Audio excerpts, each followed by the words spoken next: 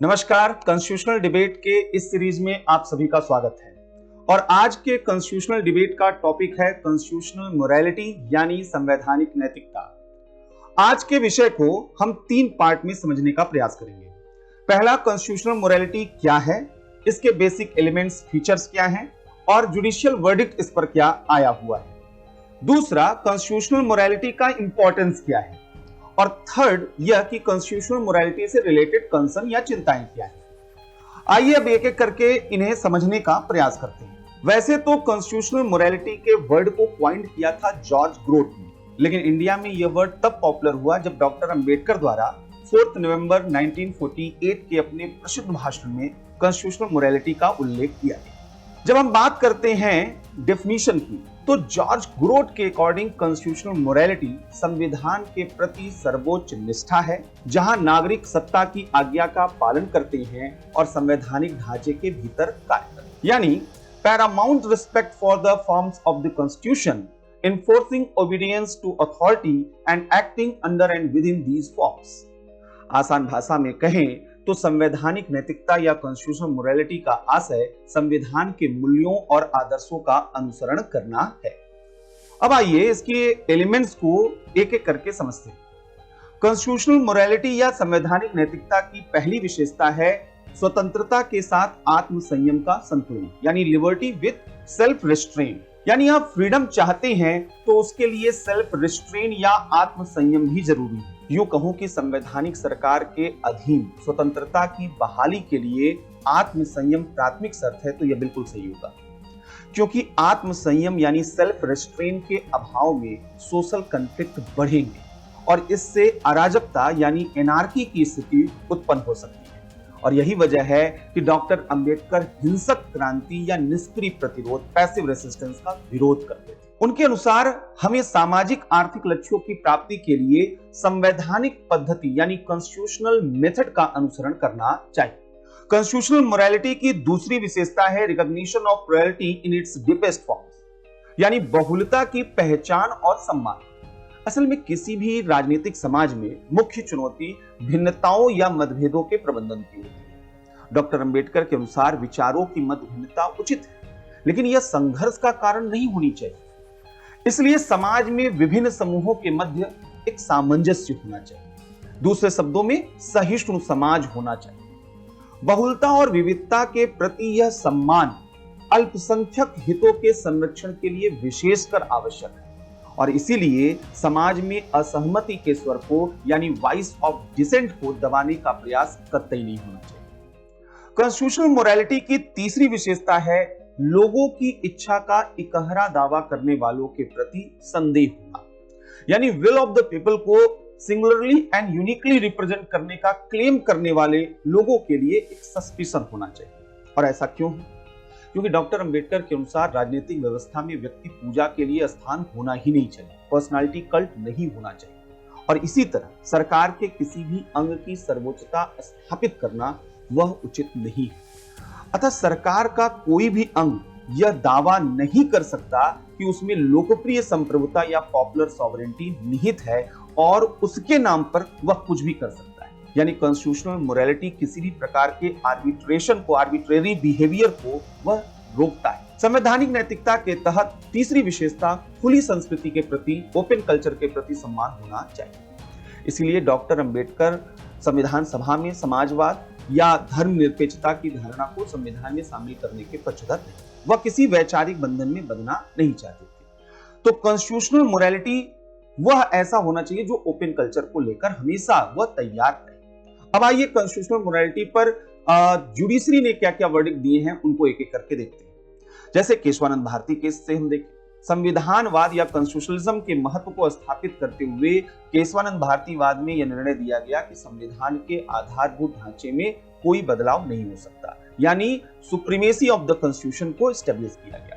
इसी तरह नाज फाउंडेशन केस में तो जुडिशरी ने यह तक कह डाला कि कॉन्स्टिट्यूशनल मोरालिटी को पब्लिक मोरालिटी पर प्राथमिकता देनी चाहिए। संविधान हमारी नैतिकता का मूल निर्धारण कर रहा है और हमें उसका अनुसरण करना चाहिए। इसी तरह दिल्ली लेफ्टिनेंट गवर्नर केस में न्यायालय ने यह कहा था कि संवैधानिक नैतिकता इस विचार पर बल देती है कि लोकतंत्र की संस्थाओं में नागरिकों का विश्वास बने रहना चाहिए।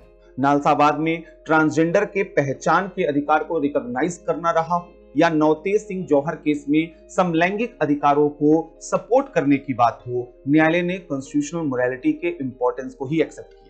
इसी तरह सायरा बानो केस में 3 तलाक पर पाबंदी और Indian young lawyers association versus state of Kerala case में महिलाओं के मंदिर में प्रवेश की अनुमति को देकर जुडिशरी ने कॉन्स्टिट्यूशनल मोरालिटी के कंसेप्ट को ही स्टेब्लिश किया और धर्म या आस्था पर आधारित पितृसत्तात्मकता को चुनौती दी। आइए अब समझते हैं कि आखिर कॉन्स्टिट्यूशनल मोरालिटी का इंपॉर्टेंस क्या है, क्या इसका महत्व है।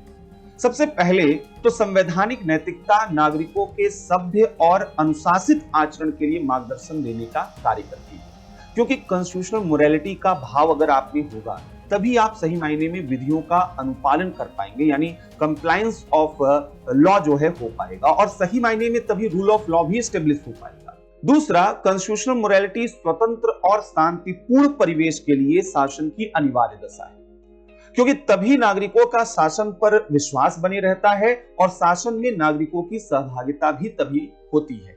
इसलिए कॉन्स्टिट्यूशनल मोरालिटी पब्लिक पार्टिसिपेशन के लिए गवर्नेंस जरूरी है। इसका एक महत्व यह भी है कि सार्वजनिक नैतिकता में भी बदलाव का कारण कॉन्स्टिट्यूशनल मोरालिटी बनती है। हमारे देश में कई ऐसे पब्लिक मोरालिटी हैं जो धार्मिक या पारंपरिक विश्वासों पर आधारित रहे हैं और जिनमें कई प्रोग्रेसिव सोसाइटी के बिल्कुल भी अनुकूल नहीं रहे।